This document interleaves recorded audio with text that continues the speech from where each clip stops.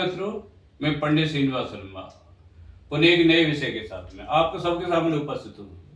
विषय है बलात्कार। जी हाँ, बहुत चर्चा होती है बलात्कार की। हर शहर से झकझोरने वाली घटनाएं सुनने को मिलती हैं। अभी कुछ दिन पहले कलकत्ता में जो घटनाएं घटित हुई एक डॉक्टर के साथ में, तो लोगों का भरोसा ही कानून से उठ गया। लोग जानना चाहते हैं कि बलात्कार होता क्यों है। कुछ लोग मुझसे बात करते हैं कि बलात्कार को क्या कुंडली में देखा जा सकता है? क्या कुंडली में योग होते हैं तभी बलात्कार होता है? इसे रोका नहीं जा सकता? तो मैं बताऊंगा आपके लिए कुंडली के किस भाव के द्वारा बलात्कार को देखा जा सकता है। मित्रों, बोर्ड पर ये कुंडली बनी हुई है, इसे नवांश कुंडली कहते हैं, जिसे जातक का भाग की कुंडली भी कहा जाता है। इस कुंडली का 12वां घर जो है उसे सैया सुख कहते हैं। जो लगन है वो जातक खुद होते हैं। इन दोनों भावों के द्वारा हम बलात्कारी घटना को देख सकते हैं। कहीं दूर जाने की जरूरत नहीं है। अगर लगने से पीड़ित अवस्था में पाप कत्री योग में 12वें घर का स्वामी है उसके साथ बैठा हुआ हो तो बलात्कारी घटना होती है।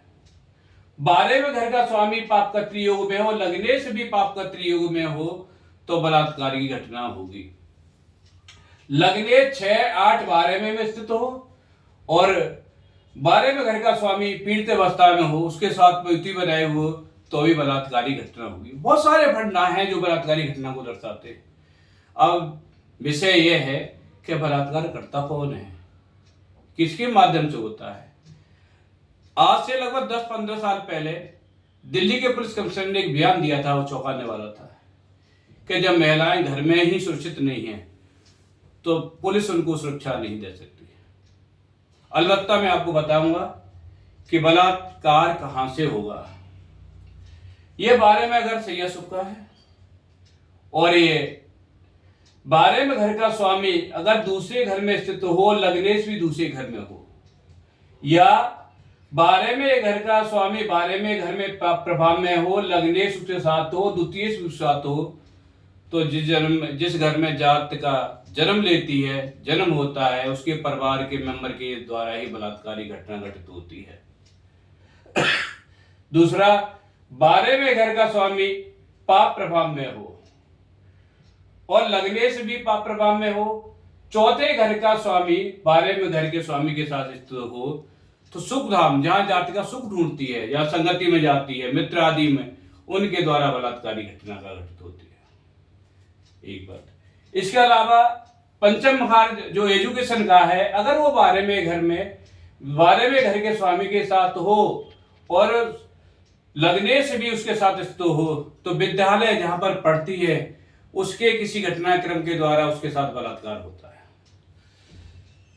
इसके आगे हम बात करें तो सप्तम घर का स्वामी अगर 12वें घर के स्वामी के साथ स्थित हो, लगने से उसके साथ हो तो लाइफ पार्टनर, जीवन साथी जिसे कहते हैं, उसके माध्यम से बलात्कारी घटनाएं घटित होती है। बहुत सारे माध्यम है। 9वें घर का स्वामी अगर उसमें 12वें घर के स्वामी के साथ हो और लगने से और पाप प्रभाव में हो, लगने से उसके साथ स्थित हो तो पिता के द्वारा या पिता तुल्य रिश्तेदारों के द्वारा बलात्कारी घटनाएं घटित होती है। तो मित्र, बहुत सारे योग हैं। अगर बलात्कारी घटनाएं के योग हैं तो घटित होगी।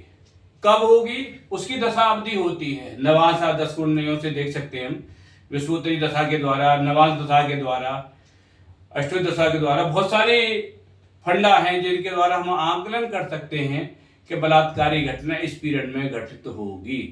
जातका पर राहु की दशा हो, शनि की 7.5 हो और पाप कत्री योग में उसका लगने चल रहा हो तो बलात्कार की घटना घटित होने के चांस बढ़ जाते हैं। तो मित्रों, ये था एक बलात्कारी घटनाओं के बारे में। मैं पुनः जल्दी ही उपस्थित हूँ एक नए विषय के साथ में। उस समय तक के लिए मेरा नमस्कार, प्रणाम।